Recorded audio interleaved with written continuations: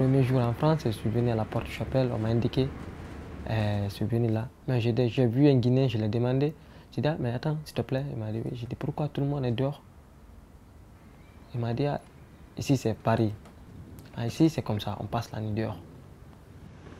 Chaque nuit, jusqu'à plusieurs centaines d'enfants migrants non accompagnés dorment dans les rues de Paris, ou ils dorment le long du canal derrière moi. Pourtant, la loi française dit que ces enfants devraient être pris en charge par les autorités. Mais le problème est que ces autorités nient très souvent que beaucoup de ces enfants sont de fait des enfants et qu'ils ont moins de 18 ans. Et cela les met dans des situations d'absence de protection et d'absence de prise en charge. Je pense pas que c'est une vie là-bas comme ça. Je pense une vie rester dans une maison ou quelque chose comme ça. Mais là, la nuit, j'arrive pas à dormir. Aujourd'hui aussi, j'ai pas dormi toute la nuit parce que là, il y a trop de bruit de voitures. Là, quelquefois, je mange pas. Et quelquefois, et là, quelqu'un qui vient pour donner quelque chose pour manger.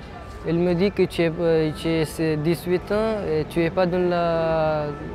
On ne peut pas te donner... On peut pas t'aider, on peut pas te donner une place pour dormir comme ça quelque chose. Après, il m'a laissé dehors dans la rue et j'ai attendu encore 5 mois pour le juge pour un rendez-vous. Il ne m'a pas donné le rendez-vous. Ils peuvent être rejetés purement et simplement à l'entrée de la structure d'évaluation de l'âge.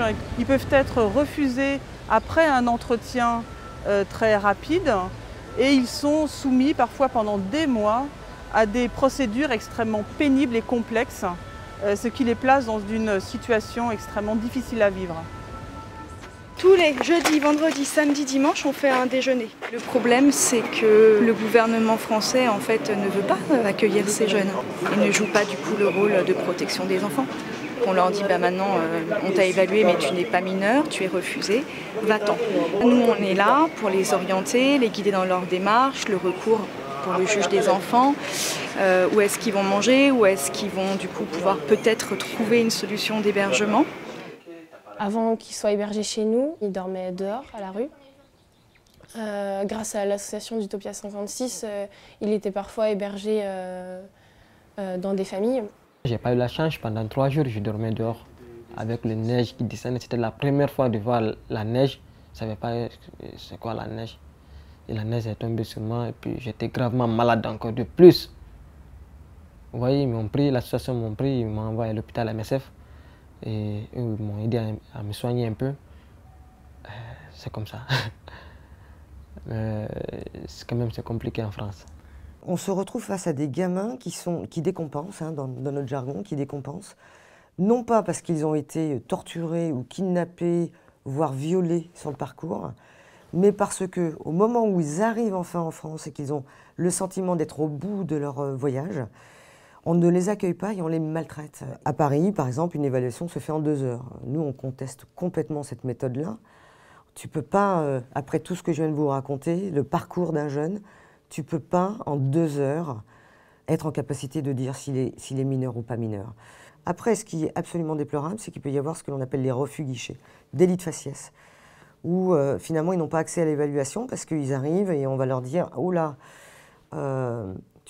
physiquement, c'est pas possible, tu n'es pas mineur, donc on ne va pas lui donner la possibilité de s'exprimer et d'être évalué. » Les enfants migrants non accompagnés viennent à Paris pour plusieurs raisons. Certains doivent fuir leur pays parce que eux et leurs familles sont visés par la répression politique.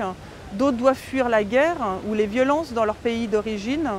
D'autres encore fuient leur pays pour trouver un avenir meilleur et construire un vrai futur.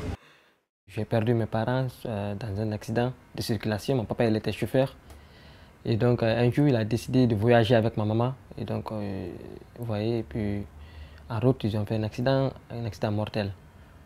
J'ai fait les textes des études, mais je dois aller à l'école le mois de septembre.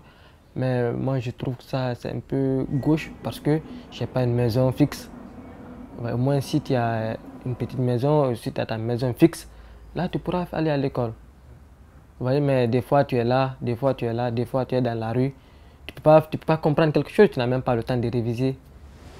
Quand les enfants arrivent à Paris, les autorités devraient leur donner le bénéfice du doute et leur permettre d'accéder immédiatement à un hébergement et à des services élémentaires dont ils ont urgemment besoin. Et quand il y a un doute sérieux, les autorités devraient mener un processus d'évaluation avec diligence, avec équité. En tout cas, aucun enfant devrait avoir à passer la nuit dans la rue, exposé à ces dangers.